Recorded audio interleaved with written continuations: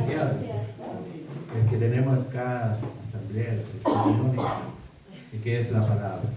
Le vamos a pedir a todos los hermanos que apaguen sus celulares para que no intervenga cuando el pastor esté entregando la enseñanza que nos trae esta mañana. Se los pido por favor, porque en otras oportunidades estaban entregando las palabras del predicador y han sonado los celulares. Entonces, para que no se repita. ¿Ya? Amén. Entonces invitamos al pastor Abacud, obispo, pastor, para que nos entregue este alimento espiritual. Amén.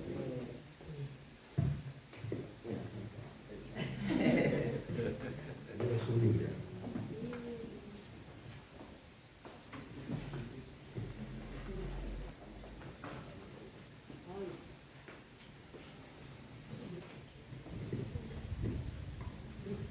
Buenos días, hermanos, Dios les bendiga. Amén. Amén. Hoy día canté por primera vez, quedé afónico. Cuando decía que hay harto, dije no se va a notar ni bueno de cantar coros angelicales, pero me pasó la cuenta al salado. Estamos llegando a fin de mes. Vamos a entrar a otro mes. Próximo domingo es primer domingo. Primer domingo del mes tenemos el hábito de traer los diezmos al Señor y las primicias. Breve, ¿qué es las primicias? Porque a veces hay que hacer una repasada, se nos olvida. Primicias simplemente son los primeros frutos.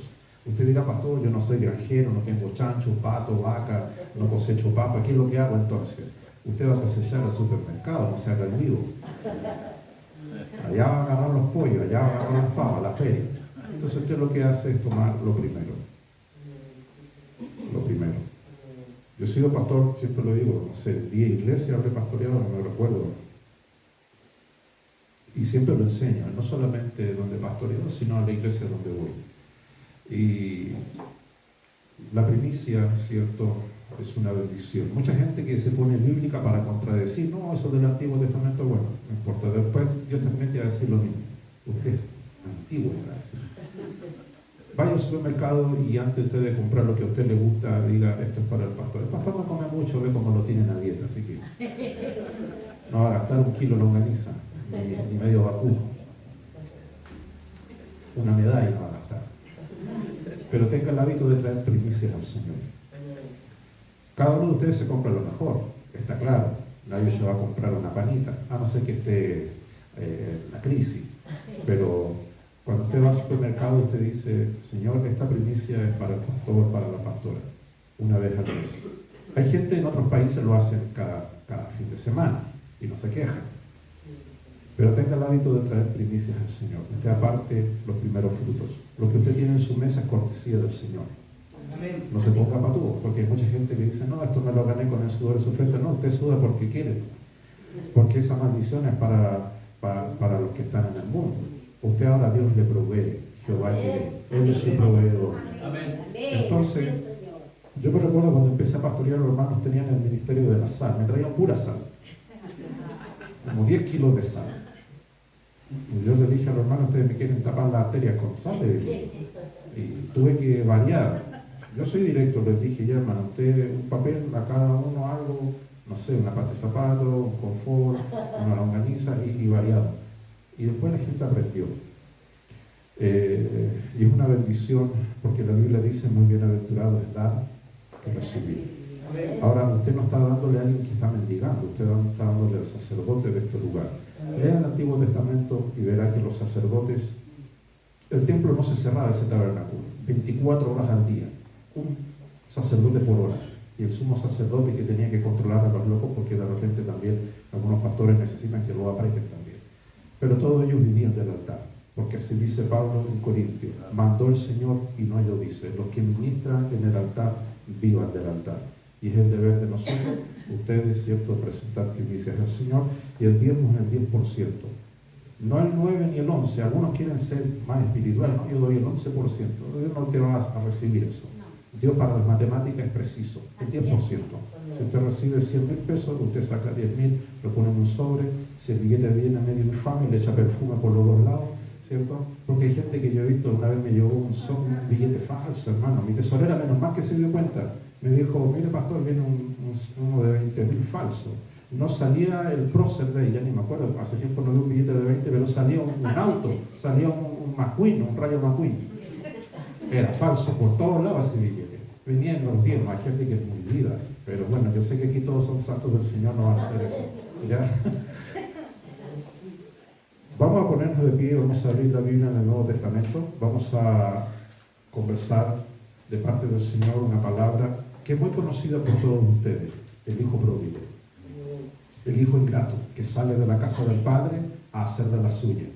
Vamos a ponernos de pie a medida que usted lo va encontrando. Vamos a leer el Evangelio de Lucas, el capítulo 15. Yo estoy igual que el pastor, voy a tener que conseguirme las tablas de la ley, versión grande, porque estas letras cada vez se me alejan más. Lucas capítulo 15, verso 15. Damos la bienvenida a las visitas que nos acompañan. Mi hermana con su esposo hace tiempo no los veíamos. Se nota que en la playa el ambiente... Están en la playa, ¿cierto? Sí, el bronceado envidiable que tienen. Eso, se nota que la costa hace bien, rejuvenecido. Yo tengo una tía que vive por allá cerca y cuando estaba en Santiago toda achacosa, se fue para allá y ahora rejuveneció. Hace muy bien el aire costero, los mariscos, los curates y todas esas cosas ricas que hay por allá. Vamos a abrir nuestra Biblia.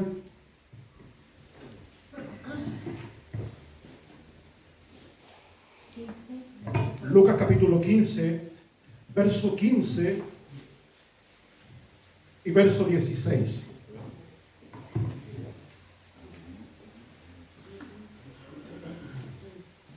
Habiéndolo encontrado, entonces le vamos a dar lectura a la palabra del Señor, al Evangelio de Lucas, capítulo 15, verso 15 y verso 16, donde dice así la palabra del Señor en el nombre del Padre, del Hijo y de su Santo Espíritu. Amén. Amén. Dice así la letra.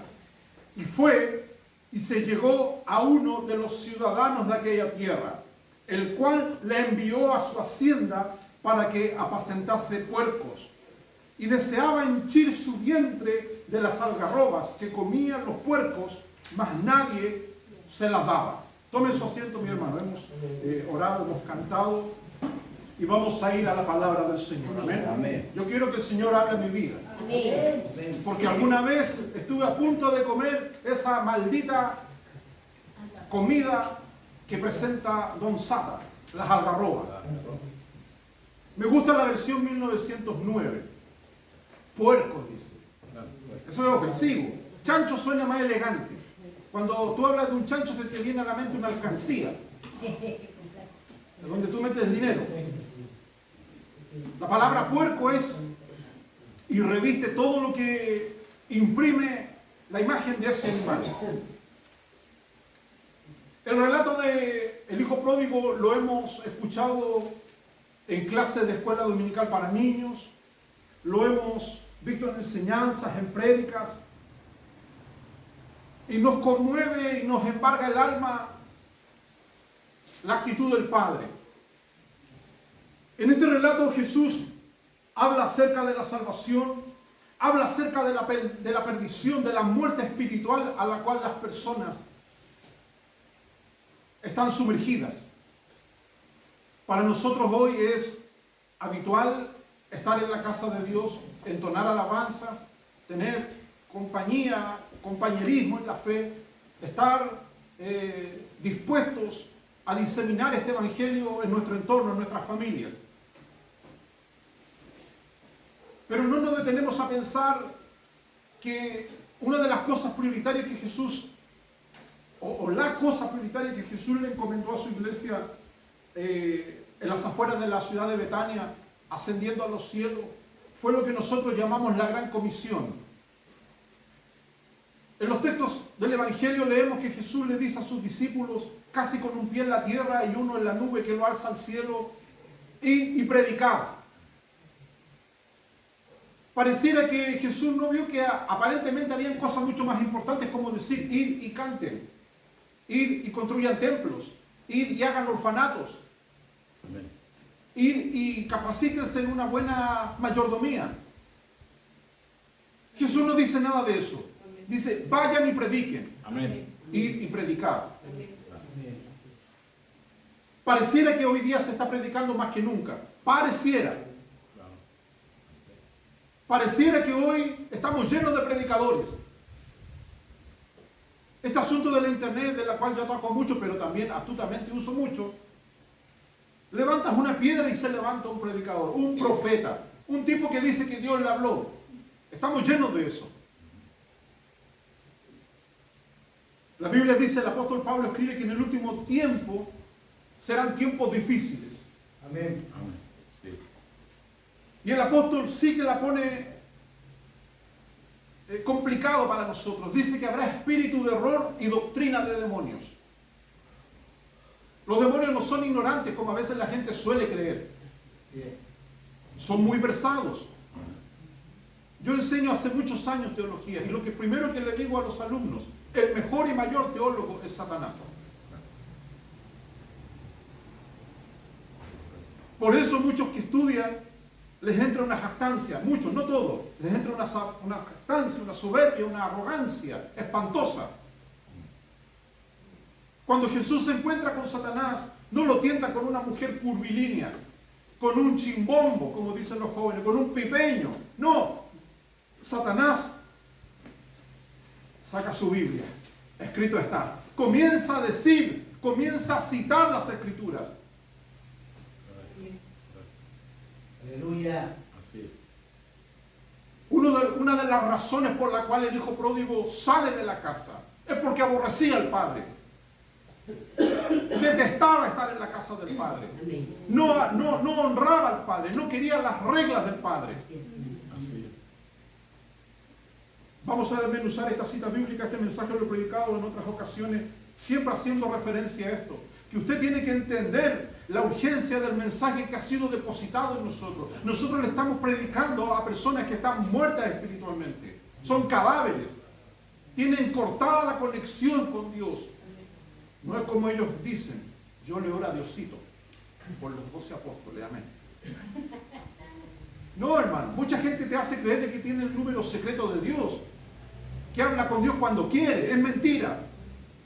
Si a duras penas nos escucha a nosotros.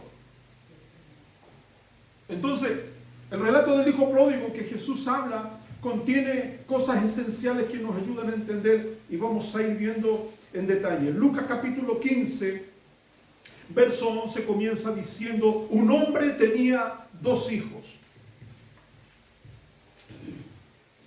Para nosotros que no somos los oyentes originales de este relato bíblico, tenemos que ponernos entonces como uno de los que estaba en ese auditorio escuchando a Jesús. Jesús era un rabino. De hecho, era un maestro amado. Era un hombre respetado en su comunidad.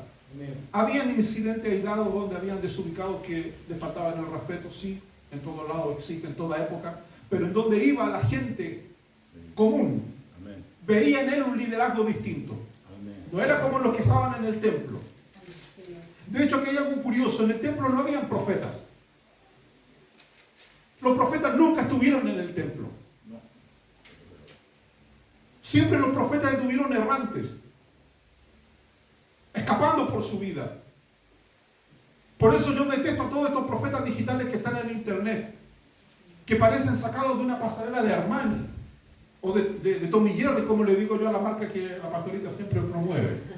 No se llama Tommy Jerry, ¿cómo se llama? Sí, Tommy. Tommy, no sé cómo se llama esa marca que... Tommy Jerry le digo yo. Tú ves esos profetas que muestran hasta el trasero en Facebook así. Dios me usa, dice, siervo de Yahvé. Y tú te pones a mirar a esos tipos, agarrarlos a palo en poco. Se han hecho famosos, se han hecho millonarios con el nombre de Dios. Hay un chancho de estos que se llama, porque así es, porque si pastor no diga palabras feas, Daniel Aviv, un tipo que le ha hecho daño al evangelio. Se hace pasar por pastor, se hace pasar por cristiano, escribe libros, invitan a seminario, el tipo es un burlador del evangelio por donde tú lo mires. Y mucha gente consume ese tipo de mensajes que esta gente da. Hay que tener cuidado, hermano. Usted tiene pastores y ellos son los responsables de alimentar su vida espiritual. Amén. Si usted se pone a comer de cualquier lado, usted va a tener problemas serios espiritualmente. Y usted dirá, pastor, ese pastor no lo conozco, no queremos uno más cercano. Aquí en Chile tenemos por montones. tipos que están en alta jerarquía, en alto rango, que hace rato se les dio vuelta el paraguas. Hay uno de ellos que de hecho estas cuestiones están en el mundo, hasta el mundo se mofa de eso. La revista CIPER. Usted no sabe lo que es la revista CIPER, es una revista del estamento gubernamental de este país donde se supone que son noticias serias, no es la cuarta. Sale una entrevista a un obispo de alto rango de esta nación donde dice: nos hemos equivocado. Nos hemos equivocado. Hemos hecho una mala lectura de lo que es el amor al prójimo. Resumen, en casi 3 páginas dice: nosotros vamos a casar gente homosexual.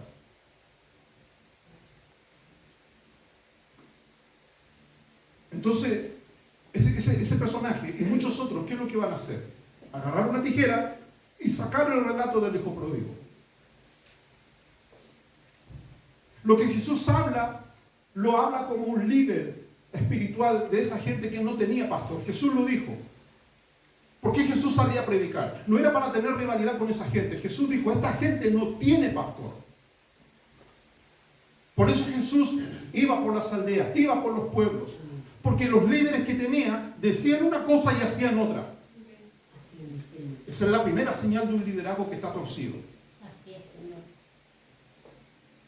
Que dice que ama, pero no ama. Que dice que le gusta lo correcto, pero no corrige. Entonces Jesús inserta el relato verídico del hijo pródigo. Yo no creo que a Jesús le gustaban las novelas. Yo no creo que haya sido un relato ficticio. Me cuesta trabajo pensar de que Jesús inventó esta historia. Es un hecho real, verídico. Jesús habló de verdades espirituales que este hombre tenía. Jesús dice que este hombre tenía 2 hijos. Y es una referencia a Jehová Dios. 2 de los hijos que producen los primeros seres humanos fue Caín y Abel. Uno era inclinado al mal y uno era inclinado al bien. Los 2 hacían altares, porque el malo también hace altares. El malo también elige un altar donde pretende invocar a Dios. Caín lo hizo. Abel también. Y pareciera que el culto estuvo bendecido. Todo salió, como dicen los franceses, un petit boucher, un canapé delicioso. Quedaron con ganas de más. Y Caín le dice a su hermano: vamos al campo. Y ahí ocurre una tragedia. El relato de Jesús comienza diciendo que este hombre tenía 2 hijos. El menor de ellos dice a su padre: Padre, dame la parte de la hacienda que me pertenece. Y les repartió la hacienda. El hijo menor, detalles de la Biblia, cada palabra, yo siempre hago hincapié en esto, cada palabra, cada letra de la Escritura tiene un secreto. Amén. El menor representa la inmadurez, la ineptitud. Yo ya no soy menor, ya estoy crecidito ya. Dentro de este precioso envase hay 45 años ya. Pero me recuerdo cuando era menor. Uno cuando el menor es imprudente, tiene fuerza, es avasallante. Cuando ya es mayor, pierde valores de la juventud, pero adquiere valores que siendo joven no los tiene. Encontrarse con un joven sabio y prudente es raro. Es como ver un pescado con hombre. No lo va a encontrar nunca. Ustedes que han criado, tienen hijos, nietos, sobrinos, no van a encontrar un joven sabio, un joven prudente. No. El joven es impulsivo, es atrevido, es intrépido, tiene fuerza. Los viejos no tienen ninguna de esas virtudes. Los adultos son más lentos, pero son más maduros, son más sabios. Se esperan. He conocido viejos que no tienen ninguna de esas virtudes. Son carnales y huelen a diablo. Dios espera que un tipo que lleve tiempo en el Evangelio honre esa trayectoria. El tema es de que el menor dice, se acerca y hace la oración de muchos. Padre, dame. Jesús ya comienza inmediatamente dando un garrotazo. Dame. Padre, dame. Yo no sé cuántas veces usted durante esta semana oró de esa manera. Padre, dame. No existe eso, te doy, me entrego a ti. No, dame. le dice, Padre, dame la parte de la herencia que me pertenece. Usted que es padre, que es madre, que es abuelo, que cría, sabe de que los que viven en su rancho, todo lo que está ahí es suyo. Si usted le enseña a su hijo que esa cama que usa es de él, usted está cometiendo un grave error. Porque el día que él se le pare la pluma va a agarrar su cama y se va a ir con cama. Él no trabajó por esa cama, no trabajó por ese tenedor ni por ese plato. Pero este hombre menor le dice, Padre, dame la parte que me pertenece. Ahí ha tenido un concepto errado este joven. No le pertenecía algo que era del padre. Así hay mucha gente. Este hijo menor representa a todas las personas que no se han convertido, que no han tenido una experiencia de salvación, pero que conocen la casa del Padre. De hecho, viven en la casa del Padre. Yo no podría ir a la casa de mi hermano Renan, llegar y sentarme en el living, ¿cierto? Poner los pies ahí y abrir el refrigerador y comerme las cositas ricas que hay ahí. Porque veo cositas ricas, ¿no? El salame, la longaniza. No puedo porque no es mi casa. No puedo. Pero si él vive ahí, él puede hacerlo. Puede levantarse a las 3 de la mañana, rugir como león y pedir un menú, ¿cierto? No, ya los hombres ya no rugen después de cristianos ya. Por eso cuando los pastores dicen grito de júbilo, las puras hermanas rugen, los hombres no pueden rugir porque en la casa están con problemas. Es otro tema aparte, no nos vamos a desviar. Habla Señor, ¿cierto? Un bonus track. Entonces dice, Padre, dame la parte de la herencia que me pertenece. Me imagino la posición del padre, esa indignación que siente usted cuando el hijo le pide. Oye, pero este parásito no entiende que yo laburo como asno para que me pida sin nada a cambio. La indignación del padre. Porque el otro simplemente pedía, Padre, dame la parte de la herencia o de la hacienda que me pertenece. Y aquí viene la actitud del Padre. Cada versículo, cada línea, cada párrafo es un secreto revelado de lo que Jesús enseña cómo es el Padre. El Padre es imparcial. Muestra misericordia con todos. Y es bueno para con todos. Dice el texto, y les repartió la hacienda. No dice y le repartió, habla en plural. Le repartió a los dos. O sea, al otro le dio sin que la pidiese. ¿Ha pasado de que a veces usted tiene una bendición sin que la pidió? Como decimos en Chile, de chiripazo. Sin que a veces usted lo pida, Dios te bendice. Dice, y le repartió la hacienda. Y no muchos días después, el hijo menor, juntándolo todo, partió lejos a una provincia apartada. El texto dice lo siguiente, dice que él lo juntó todo. En buen castellano hizo caja. O sea, el padre le dijo, mira, la hacienda es de 20 corderos, porque es una hacienda. 20 ovejas, 20 cabras, 3 criados, en fin. Dice que él lo juntó todo, pasado unos días. Él no se fue esa misma tarde de la casa. Él recibió la parte de su hacienda y dice el texto, versículo 13, no muchos días después. Puede haber pasado un mes, una semana, pero desde que recibió la herencia hasta que se fue, él pensó, ¿qué hago con todo esto? Dice que lo juntó todo y lo transformó en cash, dinero. ¿Qué es lo que le gusta a los jóvenes? Eso les gusta a los jóvenes.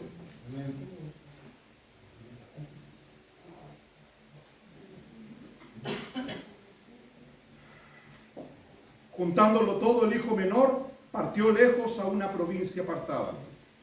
Jesús está intentando llevar a los que oyen este relato, tratar de revelar lo que había en el corazón de este hombre.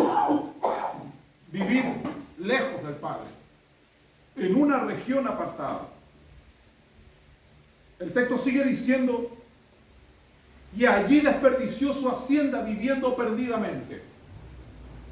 Jesús es claro y es tajante en lo que le ocurre a este hombre. Él no fue a invertir, él no fue a prosperar. Dice que en esa región apartada, producto de que vivió perdidamente, desperdició su hacienda. Esta palabra se ha extirpado de los púlpitos cristianos. Solemos decir, está descarriadito, está frío, está taimadito. Jesús dice que vivió perdidamente, extraviado, sin rumbo, sin dirección. Y producto de que era una persona desordenada en su vida espiritual, dice que desperdició su vida, desperdició todo. Es una tragedia, hermano. El problema con esto es que desperdició algo que no era de él. Desperdició parte de la hacienda del Padre. No había problema en que se fuera a vivir lejos. Si hubiese sido un hombre de bien, haberle dicho: Padre, a la vuelta del año te voy a dar el doble de lo que tú me has dado, en gratitud, en honor. Pero no, dice que desperdició todo. Hay mucha gente. Mientras yo predico esta palabra, tal vez vienen personas que tú conoces a tu mente y a tu corazón que viven de esa manera, perdidamente. Pero todo lo que han desperdiciado no ha sido de ellos. La salud que ellos tienen, el bienestar que ellos tienen, la economía que ellos tienen, todo eso se los ha dado el Señor y lo han desperdiciado. Porque ellos, como nosotros hemos dicho en este altar, te serviré, Señor, te amaré, daré todo, y nos esforzamos por cumplirlo, pero ellos agarran la bendición, se la llevan y la desperdician.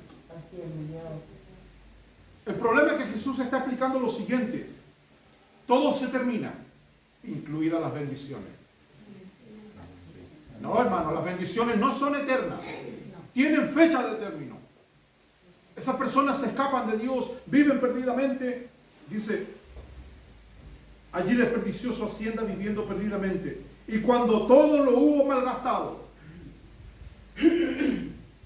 decirle eso a una persona, aquí mira Jesús como hinca la espada. Trata a este hombre de que era una persona que vive perdidamente, una persona que había desperdiciado todo, y lo tercero dice que era un tipo que malgastó todo, era un tipo que era malgastador, un mal administrador. No era que gastó, sino que malgastó la hacienda del Padre. El Padre está presente en este relato desde el primer versículo. No solamente cuando va y abraza a ese infeliz. No, está presente en cada versículo. Cuando se menciona la hacienda del Padre es porque el Padre le había dado eso. ¿Cuántas personas nosotros hemos conocido que han sido usados por Dios? Han estado en nuestros medios. Sin duda, Dios le ha dado parte de esa herencia. Y de repente, de un 2 por 3 tú los ves, están inubicables. Están en una provincia apartada. Y si te pones a estirar el hilo, ¿qué están haciendo? Están haciendo lo mismo que este hijo menor. Viviendo perdidamente. Gastando la hacienda del Padre. Gastando la herencia que la pidió anticipada. Yo conozco mucha gente así, a través de los años que he sido pastor. El pastor ore por mí, que tiene un buen trabajo. El Señor les da el buen trabajo. Después no se ve más en la iglesia. Ascienden de cargo, de rango, tienen buenas naves, buenos carros de fuego, buen sueldo. Ni un Super 8 después me dieron de agradecimiento. Se fueron a una provincia apartada a gastar los bienes que Dios les dio. Y se acuerdan de Dios, pegan un telefonazo cuando, no sé, les duele una hernia, cuando les sale una hemorroide, cualquier tontera ahí llaman. Pero no tienen intenciones de volver a la casa del Padre. Esta enseñanza de Jesús es para enseñarnos tanto lo que ocurre en el mundo espiritual, estas personas que están erradas, y qué actitud tenemos que tomar nosotros. Porque esas personas no quieren volver a la casa del Padre y no van a volver por sí mismos a la casa del Padre. Vamos a ir al relato. Cuando todo lo hubo malgastado, vino un hambre, una grande hambre en aquella provincia, y comenzóle a faltar. Dios, hermano, Pablo lo dice, nadie puede engañar a Dios. Amén. Amén. Así es, Señor. Alguien sin duda aconsejó a este hombre joven: ándate a esa provincia, ahí está la papa, ahí vas a invertir, vas a ganar. Vas a estar lejos del yugo de tu padre. Ahí te va a ir bien. Allá fue.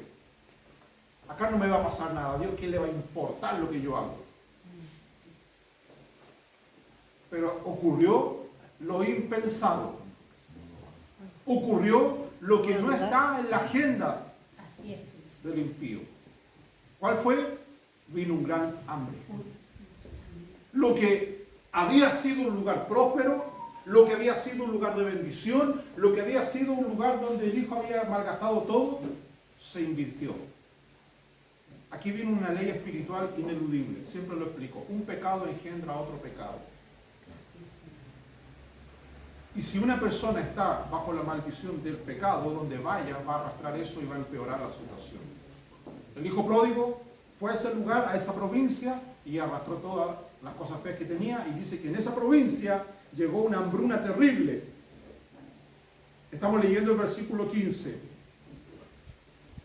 El 14. Vino una gran hambre en aquella provincia y le comenzó a faltar. Le comenzó a faltar al que tenía todo, al que tenía la abundancia, al que derrochó, al que desperdició, le comenzó a faltar. Aquellas personas que usted ve que hoy están lejos de Dios, aparentemente están bien. Yo a veces los miro. David escribió un salmo porque dice que le dio hasta envidia de los pecadores. Y él pidió auxilio a Dios. Señor, ayúdame. Estos locos prosperan, están lejos de ti, se olvidan de tus leyes. Y mira cómo están. Y Dios le responde, se van a secar como el laurel verde. Esas personas que tú las ves que juegan con Dios, que le han pedido a Dios y se han ido a una provincia apartada a gastar todo, va a llegar el momento en que se va a cumplir esta sentencia divina que está en el Lucas 15, versículo 14, y le comenzó a faltar. En la casa del Padre no faltaba nada. Él conoció la necesidad fuera de la casa del Padre. Le comenzó a faltar, dice, verso 14. Verso 15, y fue y se llegó a uno de los ciudadanos de aquella tierra, el cual le envió a su hacienda para que apacentase puercos. Aquí aparecen los chanchitos, los puercos. Dice que en esa tierra donde él estaba había otro hacendado. Su padre era un hacendado, un gran hacendado, y era hijo de él. Pero él nunca vio como opción volver al padre, nunca vio como opción volver de donde él salió. Prefirió en aquella tierra acercarse, dice, a uno de los ciudadanos que por lo demás era importante, dice que era hacendado y tenía una gran empresa productora de cerdo. El cerdo simplemente es un animal para faenarlo y comer carne. Tú no vas a sacar lana de chancho, ni nada de eso, solamente para engordarlo y producir carne. Por el relato sabemos que este gran hacendado de aquella tierra lejana no era judío. Para el judío el chancho, el puerco, de los animales inmundos era el number one, el top número uno, era un ser aborrecible. No por el olor precisamente, sino por lo que simbolizaba, la inmundicia. Yo he visto gente como compra chanchito y los tiene de mascota. Tanto que refriegan la piel de ese chancho que parece pétalo de rosa. Y le ponen un tutú, le pintan los labios, le ponen aritos a los chanchitos. Ellos mismos que hacen eso, ponen al chanchito en el jardín y el chanchito apenas ve un chanquito, el chancho se tira. Está en su naturaleza ser sucio. Se revuelca en el pasto el chancho, se refriega contra las paredes. Esa es la naturaleza del cerdo. Entonces, la Biblia dice que este hombre tenía una hacienda, una granja de cerdos, y lo mandó a apacentarlos. Y aquí Jesús comienza a hablar. Detrás de estas líneas vemos a un Jesús molesto. Ese hombre joven no quiso trabajar en la hacienda del Padre, pero sí pudo obedecerle a un impío. Sí pudo obedecerle a un hombre que no tenía filiación con él, a un hombre que no obedecía las leyes de Jehová Dios. Y se pone el yugo de ese hombre. ¿Qué dice el texto? Estamos leyendo el versículo 15. El cual le envió a su hacienda para que apacentase los puercos. Verso 16. y deseaba, se refiere al hijo menor del cual no tenemos el nombre, dice, deseaba henchir. Otras versiones dicen, deseaba llenar su vientre, su estómago, de las algarrobas que comían los puercos, mas nadie se las daba. Voy a explicar lo que siempre explico cuando predico este mensaje, porque a veces hemos leído tantas veces el tema de las algarrobas que no nos queda claro.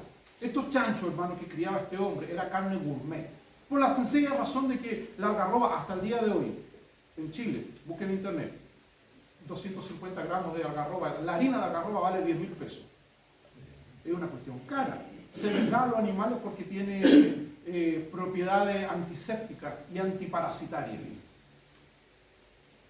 Ese hacendado cuidaba a esos chanchos, no le daba cáscara de papa ni los desperdicios. Comía algarroba. Alimento premium para esos chanchos.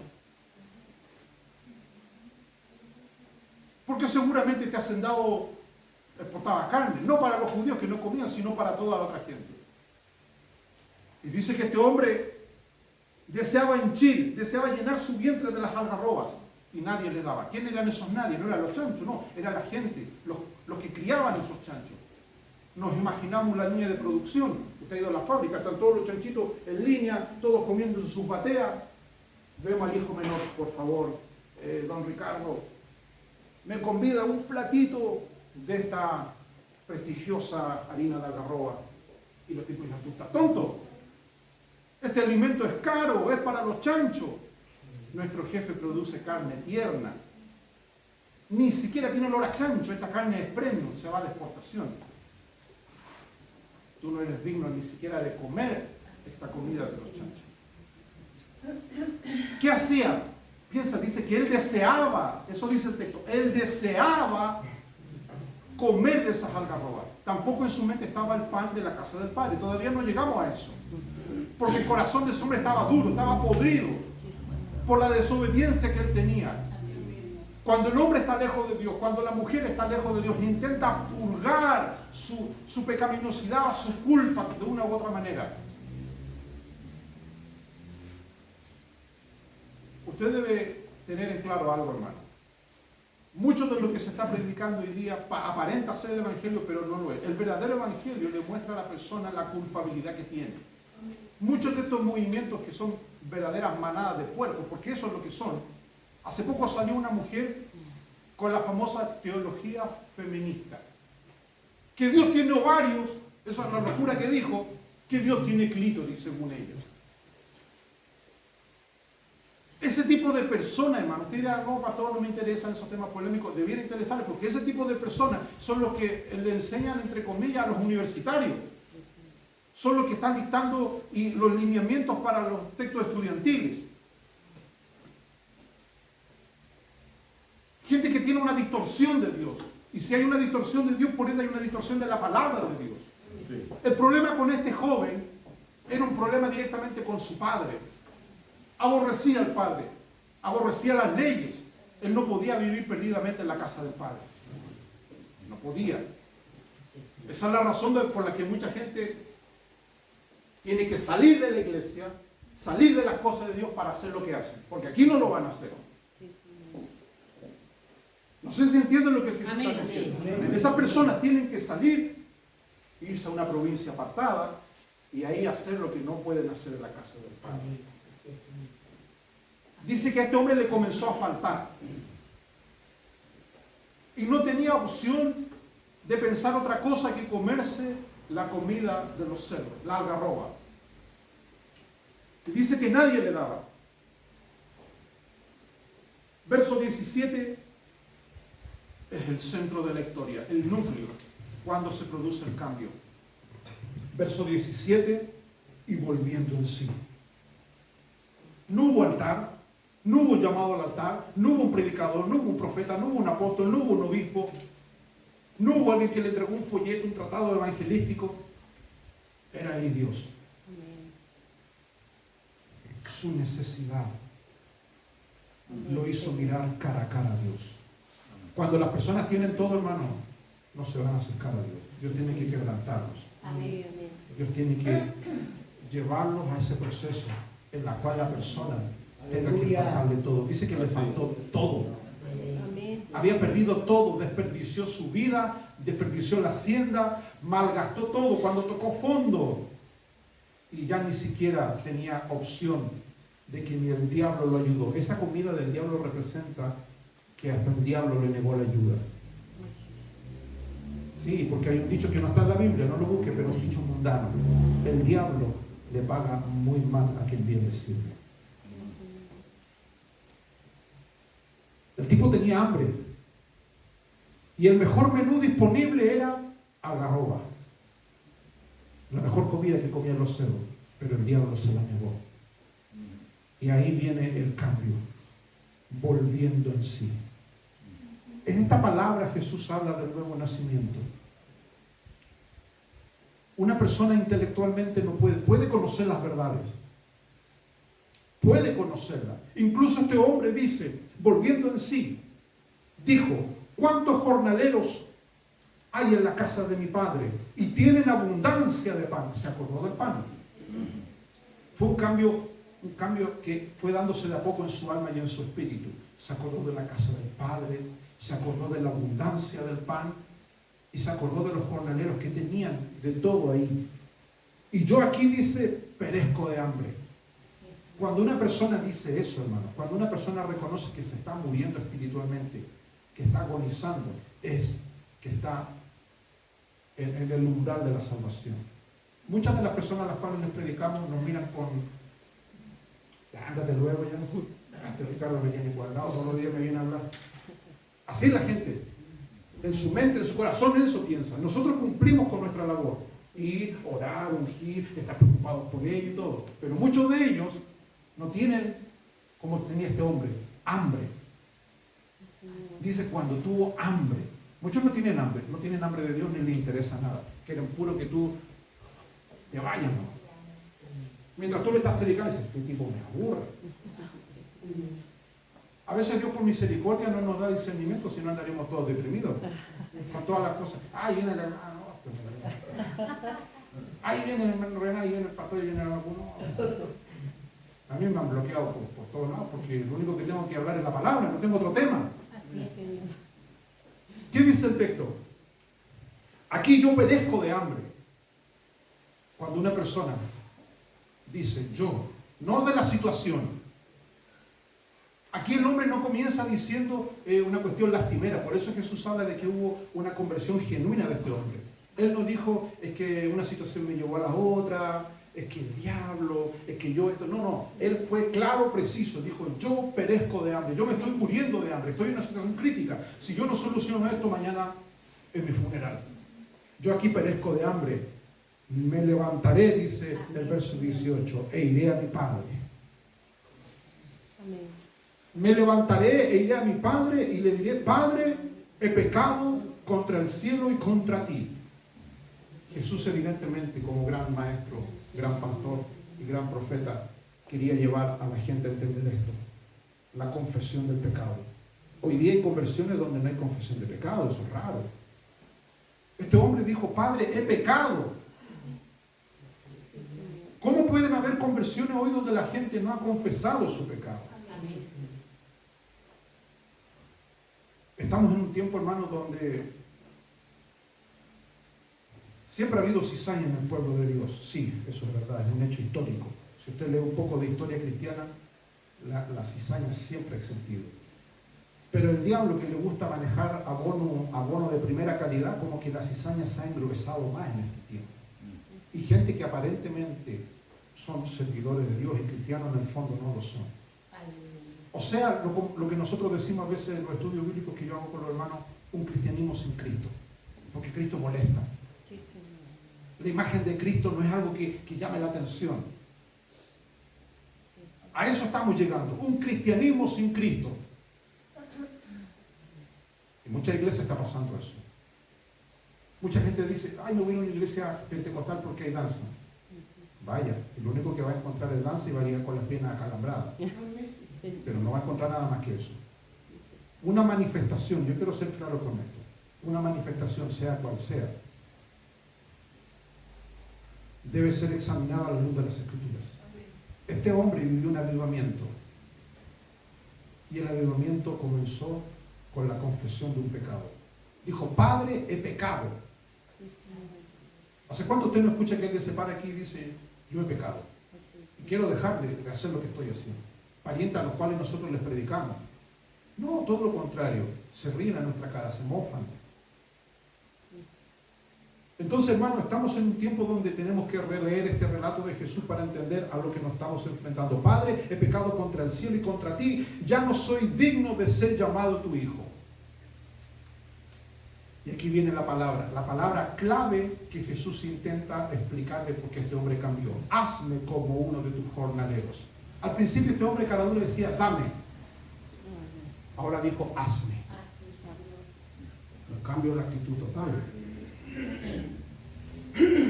Primero era dame. Ahora cuando él vio que estaba muriéndose de hambre, dijo, Señor, hazme. Hazme.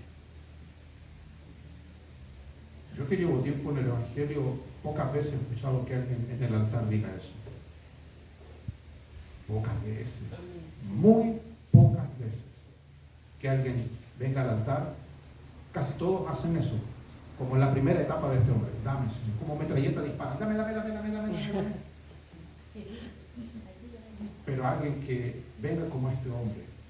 Padre, he pecado contra el cielo y contra ti. No soy digno de ser llamado tu hijo. Y ahora le dice, hazme. La palabra clave que Dios quiere oír. A partir de ahí comienza la vida cristiana. Hazme como uno de tus jornaleros. Levantándose vino a su padre, porque todo este relato es lo que el hombre pensó. Dijo, esto es lo que yo voy a hacer. Dice que se levanta, va a su padre, y como aún estuviese lejos, viólo su padre, y fue movido a misericordia, y corrió y se echó sobre su cuello y le besó. El hijo le dice, Padre, he pecado contra el cielo y contra ti, ya no soy digno de ser llamado tu hijo. Usted dirá, ¿por qué se repite? Jesús hace hincapié en algo. El hombre repite lo que antes ya había pensado. No era un hombre dispuesto a mentir. Lo que pensó, lo hizo. Ya no es, él dijo, ya no puedo ser un hombre de contradicciones. No puedo estar fingiendo. Su oración se hizo realidad. Porque hay gente que ora una cosa y después hace otra. Señor, úsame. Y después Dios lo quiere usar y el tipo va a pagar el teléfono. Señor, dame pureza. Y después se pone un tutú para pasar desapercibido que chanchito y se va a meter a la batea. Este hombre, cuando se ve con el padre lo abraza y lo besa, dice lo que ya había orado en su corazón. Yo no sé cuántas veces está cambiado de oración, pero eso Dios lo detesta. Hay gente que hace oraciones en borrador y después las cambia. No, hermano, no hay que engañar a Dios. Tú tienes que mostrarte como eres. Amén. Él sabía que no podía corregir algo, que era volver al sitial de privilegio que había tenido, que era ser hijo. Dice, mas el padre, estamos leyendo el verso 22, mas el padre le dice a su siervo, sacad el principal vestido. Estamos concluyendo el mensaje, pero quiero que se quede con esta escena. En el relato original, usted sabe que la Biblia fue escrita en griego, cuando uno la lee el original, se encuentran otros detalles curiosos. Vemos que el hijo habla con el padre, desesperado, el padre lo besa y el tipo saca de su corazón, Padre, he pecado contra el cielo y contra ti, y no soy digno de ser llamado tu hijo, hazme como uno de tus jornaleros. En la versión original, mientras el hijo habla, el padre saca la voz. El padre lo interrumpe y llama a sus criados y dicen, saquen el vestido principal. En otra versión, los puntos y las comas a veces nos juegan un protocolo como el castellano es, en los colegios nos metieron eso, respeta el punto, respeta la coma y pensamos en pausas de tiempo. En la gramática griega el relato es fluido. El hijo está expectante al juicio que dará el padre. Y mientras él le dice, no soy digno, el padre lo interrumpe y vocifera y llama a sus criados y dicen, saquen, dice. Estamos en el versículo 22. El padre llama a sus siervos y dicen, saquen el principal vestido, vestirle y poner un anillo en su mano y zapatos en sus pies. El padre no podía tolerar esa escena. del hijo desnudo, del hijo sin zapatos, que los esclavos andaban sin zapatos, del hijo que no había perdido su anillo, hasta el anillo había perdido. El padre no tolera hablar con su hijo en esa condición. Se siente herido, lastimado, no ofendido. Ver que su hijo clamaba por perdón y misericordia, pero verlo en esa manera. Pero aquí vemos que el padre no tenía nada improvisado. No llamó a los sastres y dijo, hagan las medidas y tómense el tiempo. No, el padre, durante todo el tiempo que el hijo vivió perdidamente, el padre, aquí vemos Jesús en esta segunda parte del relato, empieza a hablar del padre. ¿Qué hizo el padre? Tenía todo previsto para la llegada del hijo. A veces mucha gente dice, queremos un gran avivamiento. Y yo digo, a veces la gente no sabe lo que está diciendo. ¿Qué pasaría si mañana llega un avivamiento y nos llenamos de personas aquí? Van a llegar todos como el hijo pródigo, desnudos, sin zapatos, sin anillo. ¿Y qué vamos a hacer? Pero hermano, le presto mi ropa. ¿Qué simboliza esa ropa? ¿Qué simboliza ese vestido principal? ¿Qué simboliza ese anillo? La iglesia tiene que tener estas cosas claras. Ahora, este versículo, este relato de la Biblia nos habla de que un avivamiento real y genuino no se pide. Dios lo provoca. Amén. Hay mucha gente que hoy día quiere apretar a Dios, la lámpara de la unción. No, hermano, cuando un avivamiento viene del cielo, viene bajo las condiciones del cielo. Y si es un avivamiento terrenal, el hombre va a meter mano siempre. En este caso, el hijo pródigo se convierte cuando dice, y volviendo en sí. Eso solamente lo provoca Dios, es un cambio real, es el viento del Espíritu soplando sobre el espíritu muerto del ser humano.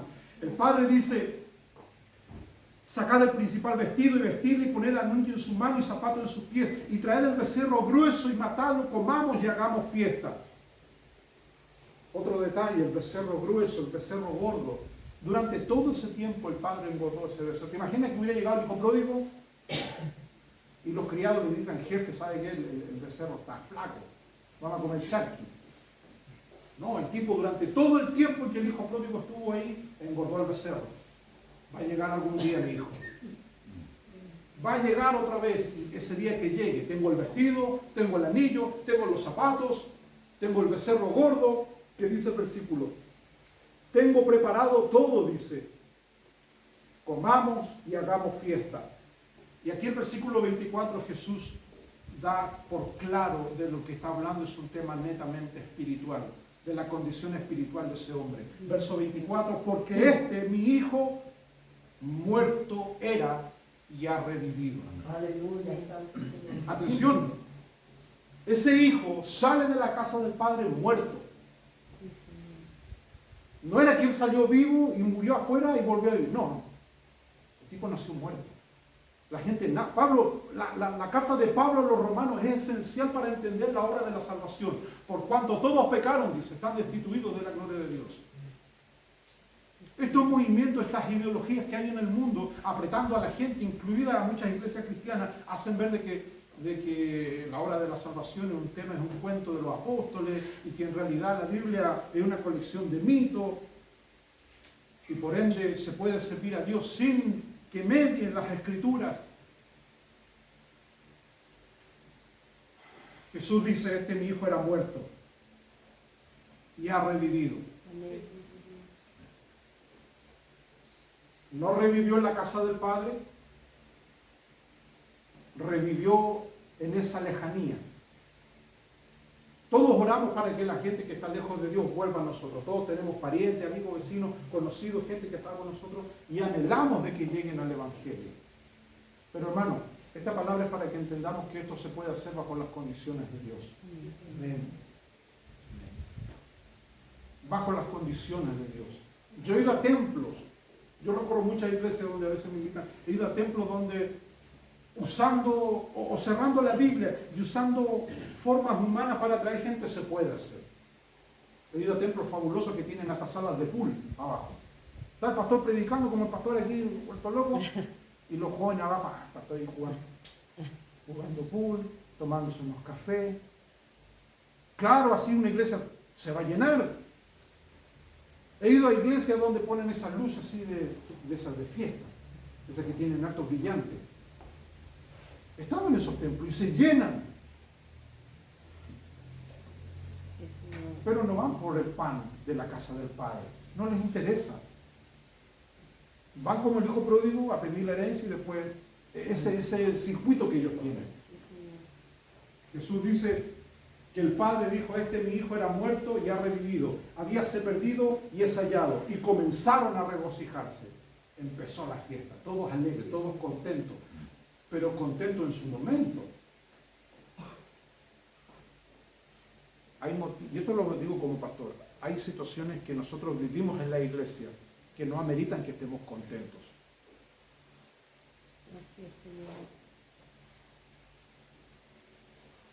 Si vemos a una persona, aquí el pastor ha hablado de personas que, y los miércoles tiene que venir otra oración, de personas que respetamos todas las peticiones. Hay personas que tienen peticiones de salud, monetarias, emocionales, pero el cáncer del pecado es lo que pone en vilo a las personas en la eternidad. Jesús dice que este hijo estaba muerto. Jesús no dice, mire muchacho, este tipo me desperdició la hacienda, vivió perdidamente. No. Jesús va al fondo de esto. Estaba muerto. Y usted no puede levantar un muerto. No tiene autoridad. Nosotros, mire, podemos luchar con los demonios. Dios nos dio ese poder. Y el demonio dice, ay, la hermana está hablando, me voy, está enojada. Dice. Pero hasta los demonios son ubicados a veces. Pero cuando tratamos con personas, es difícil. Porque la persona tiene que abandonar. El pecado, la raíz del pecado está incrustada en la parte evolutiva, en la parte de la voluntad de la persona. Por eso el hombre dice, he pecado, no dice, me hicieron pecar, cometí un pecadito. Es que la circunstancia, no, he pecado, yo asumo la responsabilidad.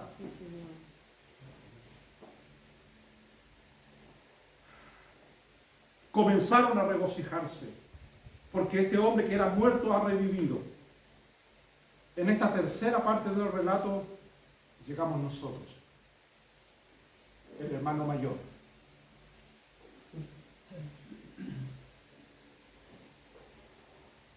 Y el hijo mayor estaba en el campo, el cual como vino, llegó cerca de la casa, oyó la sinfonía y las danzas.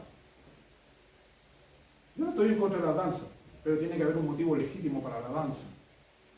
Yo he ido a iglesias donde danzan por la nada. Aquí había danza de regocijo de que un tipo que era muerto había revivido. Ahí dancemos, tiremos las blancas por la ventana, porque es un motivo de danzar para Dios. Danza, alegría, música. Y el tipo, el hijo mayor, que somos nosotros de lejos, vio el ambiente raro.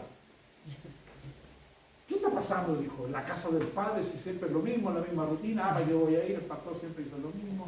Pero un día llegó y pasó algo que no estaba en la agenda.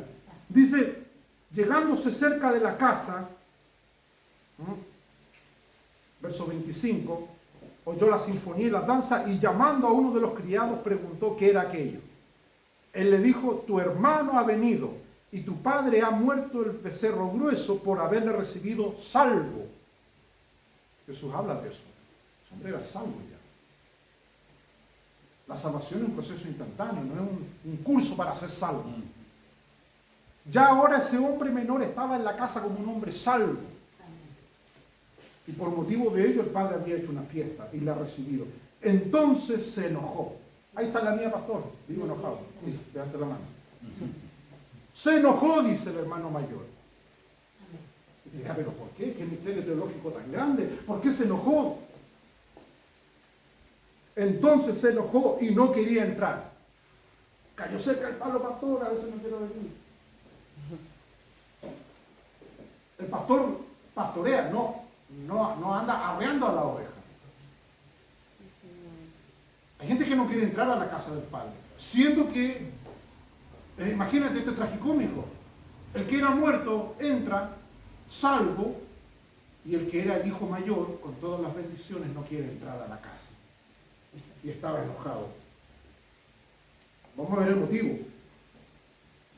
Entonces se enojó y no quería entrar. Salió por tanto su padre y le rogaba que entrase. Dios es bueno, hermano. Dios nos ha tenido paciencia a nosotros. A los impíos le he tenido misericordia y a nosotros paciencia. Ay, viene abajo otra vez. Mira, Señor, para afuera, por favor. Que se mire, ahí está pasando esto, pero por favor. El padre salió, dice, y le rogaba que entrase, porque el hijo mayor estaba enojado. ¿Por qué estaba enojado? Dice. Mas él respondiendo le dijo al padre, he aquí tantos años te sirvo. Ahí cuando los hermanos sacan sus pergaminos. Yo allá avanzaba, ya era profeta, allá me subía a la arca de Noé y volvía de nuevo. Cuentas pura historia fantástica. Había un hermano, papá se recuerda, el hermano Zenobio de San Gregorio, ¿se acuerda el hermano? Sí. Ustedes se recuerdan, todo lo contaba, hermano, anoche hablé con Noé, el otro día hablé con contaba toda su historia, él estaba muy sumergido en los personajes bíblicos. Bueno, hay hermanos así, lo hacía sanamente, por supuesto, pero hay hermanos que tienen problemas en el segundo piso, es otro tema aparte. ¿Qué dice? Mire que se me pierden las letras por hablar del hermano Zenobio. Entonces dice, he aquí tantos años te sirvo. Este relato del hijo pródigo no es solamente el hijo pródigo, va unido al hermano mayor, y el hermano mayor tenía un pecado que era tan peor o peor que el de su hermano. Su hermano sí vivió perdidamente, sí malgastó la hacienda, pero resulta que el hijo mayor, ahora vamos descubriendo que Jesús muestra de que tenía un pecado que estaba carcomiéndolo, que era la jactancia que se ha metido en mucha gente cristiana. Tantos años que te sirvo, Señor. Esa cuestión es ofensivo decirlo. Yo no sé si tú te pones, ¿cómo que alguien venga y diga, Señor, aquí viene el Señor, el predilecto de Jehová? Calla los ángeles, yo he visto gente así, calla Arcángel Miguel, calla Gabriel, calla las bestias. No, hermano, Dios dice, ¿qué viene a engrupirme? Tantos años que te sirvo, dice. Y aquí viene otro tema que mucha gente comete este pecado también. Tantos años que te sirvo, no habiendo traspasado jamás tu mandamiento. Era una autorreferencia muy grande. Pastor, cuente conmigo, yo soy Padre, Hijo, Espíritu Santo y después vengo yo. Soy el asistente del Espíritu Santo. Soy de toda confianza. No, hermano. Este hombre dijo, no he traspasado jamás tu mandamiento. Se estaba comparando con el otro. Nosotros, hermanos, tenemos que tener cuidado. El diablo ha destrozado a mucha gente. Así es, Señor. Pero no porque el diablo esté destrozando a personas por las cuales nosotros debemos pedirle al Padre misericordia, nosotros debemos sacar nuestros laureles de santidad. No. Y decir, yo jamás lo haría. Jamás he traspasado, dice, tu mandamiento. Y lo tercero, nunca me has dado un cabrito para gozarme con mis amigos. Le dio 3 puñaladas el hijo mayor al papá. Fue peor que por lo menos el otro se fue, agarró las cosas y no le dijo nada al papá. Se fue nomás a vivir perdidamente. Y el mayor no. Papá, nunca me ha dado un cabrito. Para la primera estoque. Papá, nunca traspasé tus mandamientos. Soy más santo que tú. Toma. El padre quedó cojeando ahí con ese diálogo. Se le estaba yendo el gozo y la danza del hijo que había muerto y revivido. Mas cuando vino tu hijo que ha consumido tu hacienda con rameras. ¿Qué detalle? El papá no sabía eso, pero el hijo andaba averiguando. ¿A usted no le interesa, hermano, lo que el hermano descarriadito anda haciendo? Algunos tienen el ministerio James Bond. Pastor, el hermano anda haciendo eso. Anótelo. El padre no averiguó lo que hacía el hijo menor, cómo desperdició la hacienda, pero sí sabía el hijo mayor. Papá dice, tu hijo gastó tu hacienda en rameras. Se fue al pasapoga de esa época. Yo sé por el pasapoga porque agarro el diario en el negocio y lo primero que aparece es una invitación al pasapoga. Ahora estos tipos tienen plata para hacer propaganda así a página completa de los diarios. Gastó tu hacienda con rameras, para él has matado el becerro grueso. Entonces le dijo, hijo, tú siempre estás conmigo. Imagínense ese relato. Hijo, tú siempre estás conmigo y todas mis cosas son tuyas. Increíble. Amén. Eso le dice, hijo, dice, tú siempre estás conmigo. Nosotros siempre estamos con el Señor, permanentemente en los cultos, en las oraciones, el pastor se comunica con nosotros, la pastorita. Siempre estamos con el Señor. Usted ahora en su casa tiene comunión con el Señor. Dios le dice eso, hijo, tú siempre estás conmigo. Y todas mis cosas son tuyas. Esa parte como que el hijo mayor nunca la había escuchado. Ahora usted es un hijo de Dios. Participamos entonces de las bendiciones de Dios. Él no tenía por qué pedir antes, porque él le dijo, nunca me ha dado un cabrito. Y Dios le dice, es que usted no tiene que pedirlo. Todo lo que está en esta casa es tuyo. Amén. Yo sé que muchas veces, por la forma en que se nos enseñó, oramos de cierta manera. Señor, dame tu paz. Y pedimos, pero nunca la vivimos. Hermano, cuando tenemos un conflicto, viva en paz. Esa paz ya está disponible para usted. Amén. Viva en paz, viva tranquilo. ¿Qué dice el texto? Para terminar y luego pasar a orar. Todas mis cosas son tuyas, mas era menester hacer fiesta y holgarnos, porque tu hermano era muerto, lo vuelvo a decir, ya revivido, habíase perdido y es hallado. Amén. Me gustaría que se ponga de pie para tener un momento de oración. Nosotros somos en esta historia del relato del hermano mayor. Jesús avienta en este relato del pecado que puede lastimar hoy día una iglesia, que es el enojo. Porque dice que este se enojó y no quería entrar. Le hablé de Caín y Abel. Caín se enojó contra su hermano y terminó matándolo.